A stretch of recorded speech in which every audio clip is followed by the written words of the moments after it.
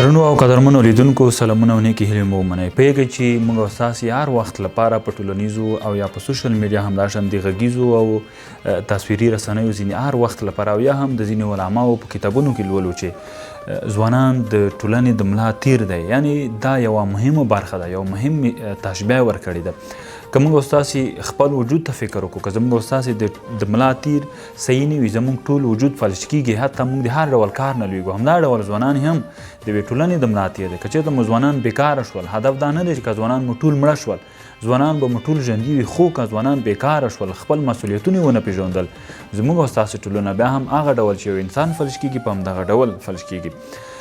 زموږ او ستاسې د ځوانانو په اوسنیو وختونو کې تر ټولو غټه ستونزه څه ده؟ موږ به هغه ټولنو ته نه ځو چې په هغه ټولنو کې چا کتاب نه پېژنو. اوس د کتاب دور دی، اوس د کتاب وخت دی، اوس د کتاب نړۍ ده.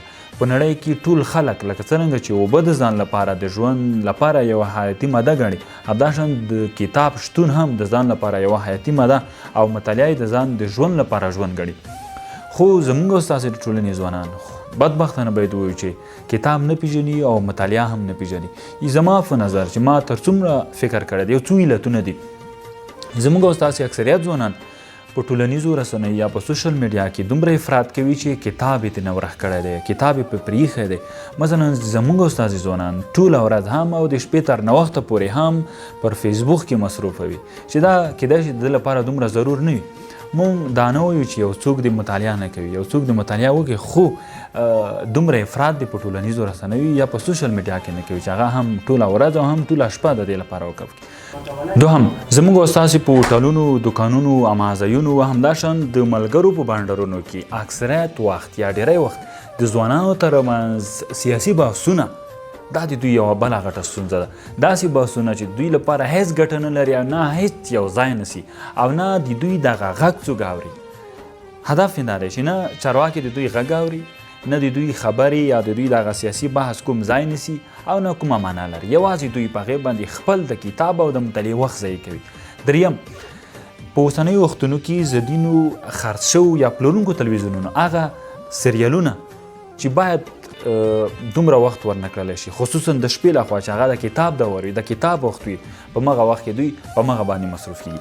دا څو علتونه دي چې زموږ او ستاسو د ځوانانو نه کتاب پرېښی دی، زموږ او ستاسو ځوانانو نه کتاب پاتې دی او دوی نشي کولی چې مطالعه وکړي. که زموږ د ځوانانو هم دا حالات وي، خدای مکه زموږ د ځوانانو حالات ته آینده به ډېره خرابوي. زموږ او ستاسې اکثریت ځوانان هغه وختونه چې دوی د مسؤلیت دور دی، د دوی د کار دور دی، په مغه وختونو کې دوی کار نه کوي. کله چې مسؤلیتونه ورته غاړې ته شي، په مغه وخت کې بیا دوی افسوسونه او آهونه کوي چې بیا ځای نه نیسي. راځئ ځوانانو، له نن وروسته زما هدف دا نه دی چې تاسو په سوشل میډیا کې کار مه کوئ، زما هدف دا نه دی چې تاسو فیسبوک آی ډي مه جوړوئ یا فیسبوک آی ډي مه استعمالوئ، او زما هدف دا نه دی چې تاسو نور کارونه په ژوند کې مه کوئ. زما هدف دا دی چې د هر څه لپاره یو ځانګړی مهالویش او د هر څه لپاره یو ځانګړی تقسیم اوقات ولرئ، تر څو هم مو ټول کارونه کړي وي او هم په منظم ډول کړي وي. که تاسو مهالویش ولرئ، تقسیم اوقات د ژوند لپاره ولرئ، هم به مطالعې لپاره وخت ورکړی وي، هم به د فیسبوک لپاره وخت ورکړی وي، هم به د ملګرو لپاره وخت ورکړی وي، هم به د سپورټ لپاره وخت ورکړی وي، هم به